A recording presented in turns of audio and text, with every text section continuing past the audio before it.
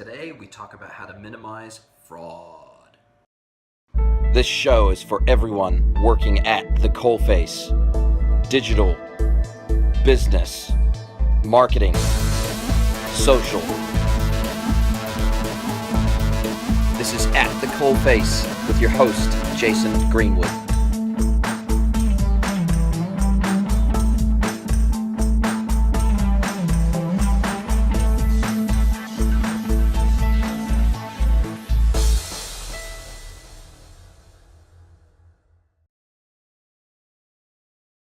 Hello everybody, I'm Jason Greenwood. Welcome to episode 26 of At the Coalface. Today we're going to talk about an issue that is somewhat unpleasant but must be discussed, especially as you run your e-commerce business or you're in charge of managing an e-commerce business and the business starts to grow. And that subject is fraud, or more specifically transaction fraud, credit card fraud, basically payment fraud of any variety.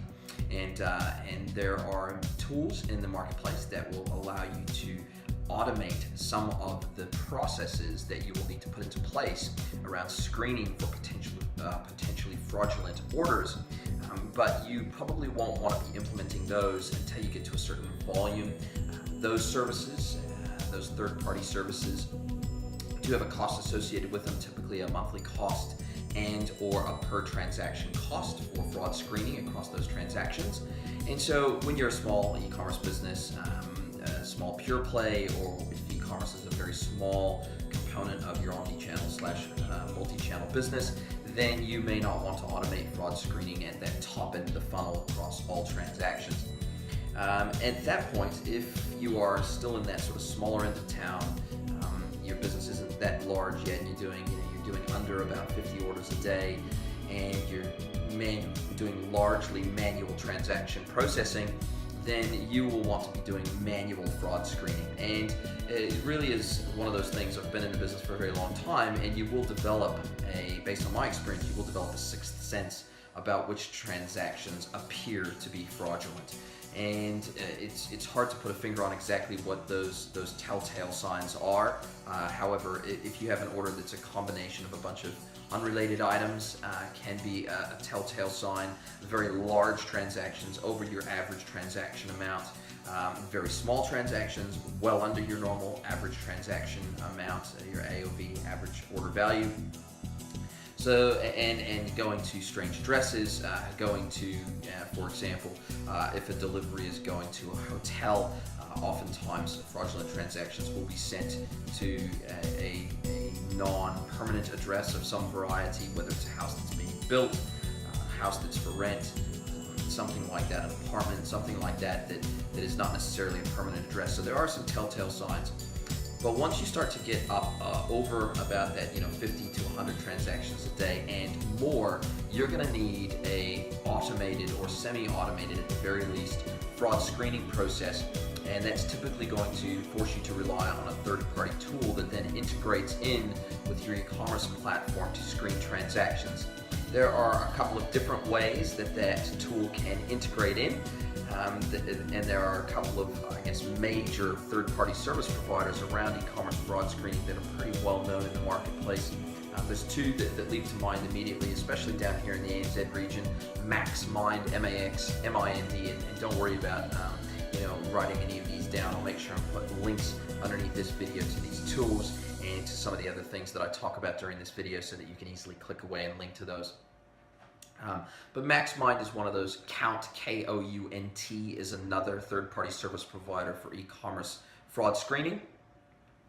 And basically, these services will typically integrate into one of two places within your e-commerce platform. They'll typically integrate into the e-commerce payment gateway. Whoever your payment gateway provider is, the tool will typically integrate into that so that it can check things. For example, the incoming IP address, the delivery address, the billing address, phone number, and it can compare those with a database, an email address as well. It can compare those against a database of known fraudulent addresses and other fraud-based criteria against known fraudulent transactions and chargebacks.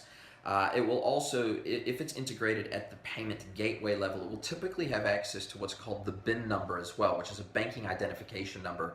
And it's the first 4 or 5 digits of a credit card number. So what will happen is that will be compared. So that BIN number will identify which bank issued the credit card, where they're located in terms of country, and then that becomes part of that automated fraud screening process. So it will be compared, the issuing country will be compared with the billing address, the delivery address, and other factors within the order to apply a fraud score to it.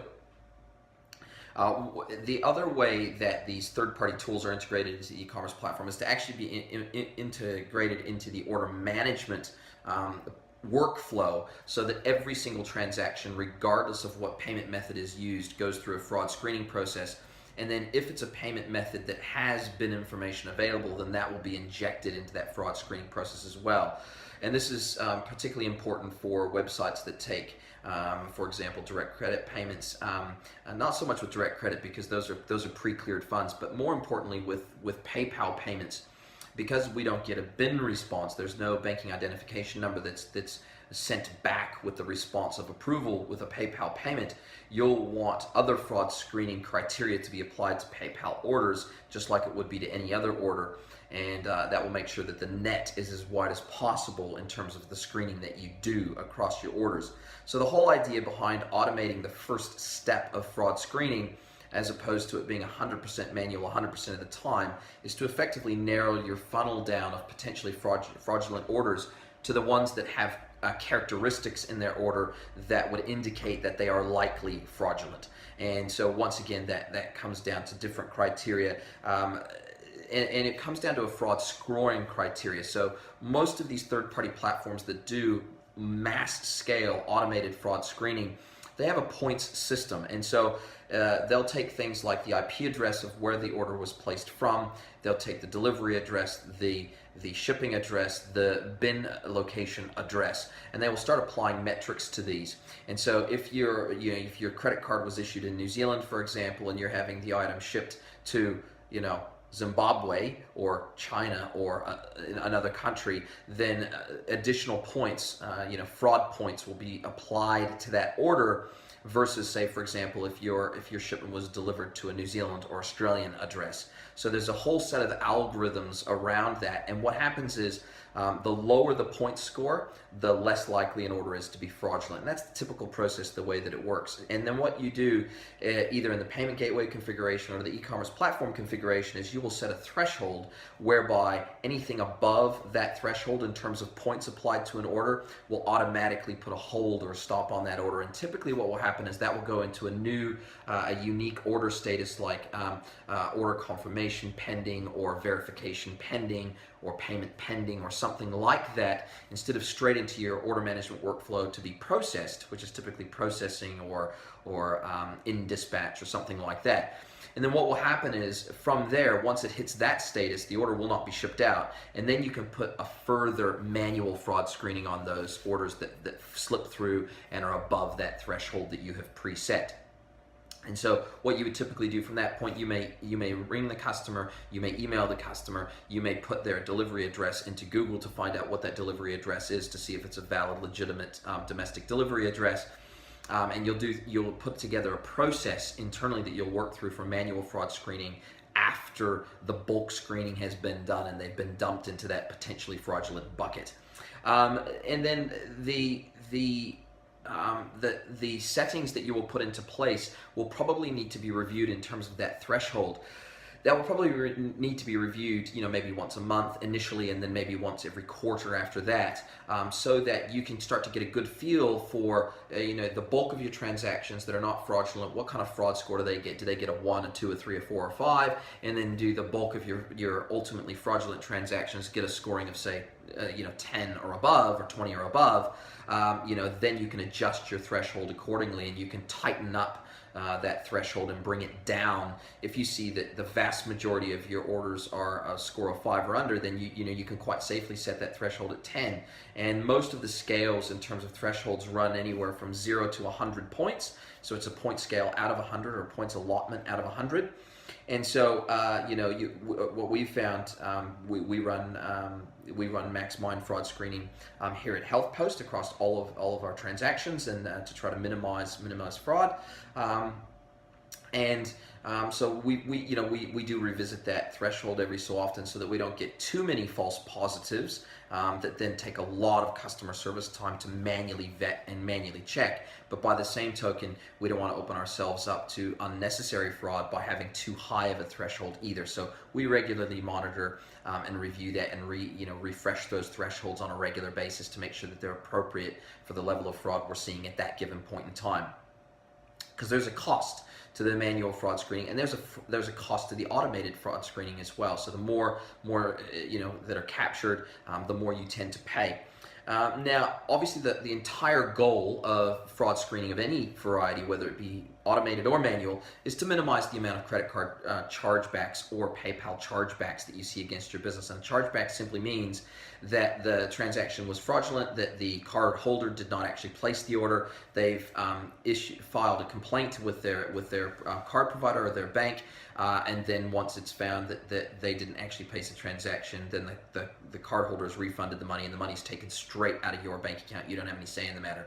So as a merchant, the money just comes straight out of your account. You don't have any protection or defense against that unless you have a special arrangement with the third-party screening service or your merchant bank. Sometimes there are arrangements you can put into place that if you can prove that you have a thoroughly robust system and process, and also other elements of checkout like 3D Secure and some of the other things I won't go into, sometimes if you can prove that you do have that robust process in place, then you do have a certain level of liability protection as a merchant as well. But in most cases you do not, and they just simply take the money and give it back to the customer, and you're out of pocket both the purchase amount, but you're also out of pocket for the goods if you've actually already shipped them and you weren't able to stop it in time.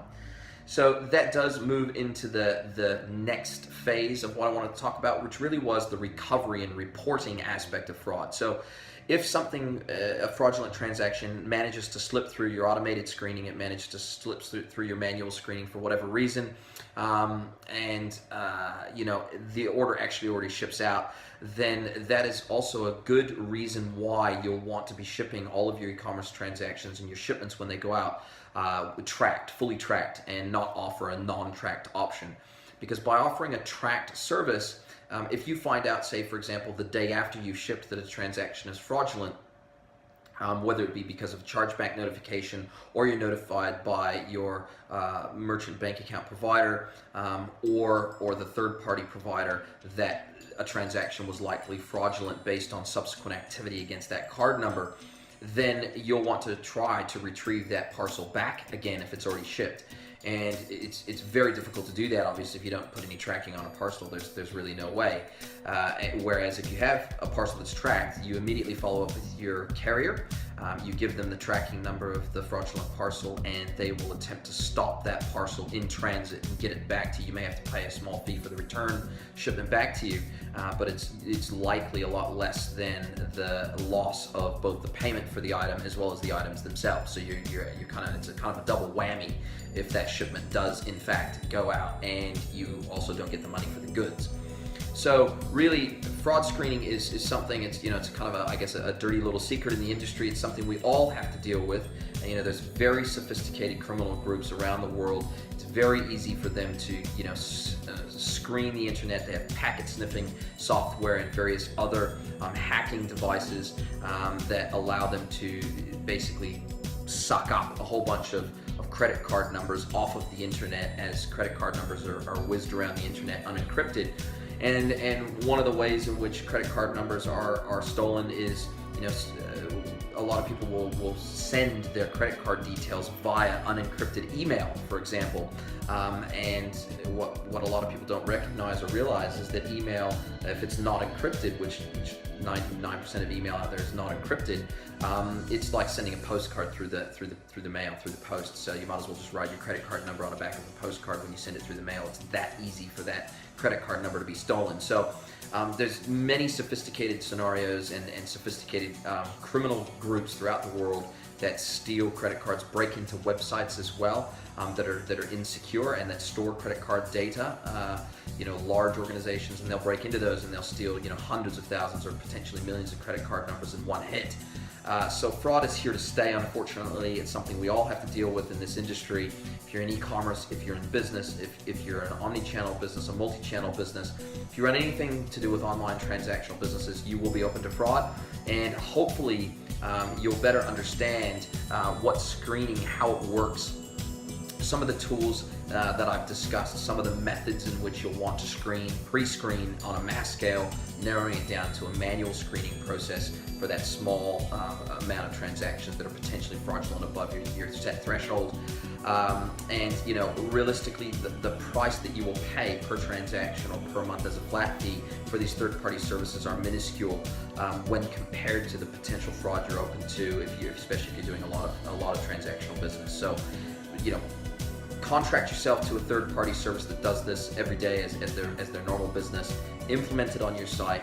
Make sure you revisit those thresholds on a regular basis, and let me know, how that's going for you. If you do it currently, if you don't do it currently, let's discuss what kind of fraud you guys are seeing out there in the marketplace, and we can have a discussion about that. Hopefully, it hasn't hit you too hard, and hopefully, if you can implement some of the ideas in this video, you'll never have to deal with it on a large scale. And hopefully, you've learned a lot. And talk to you soon.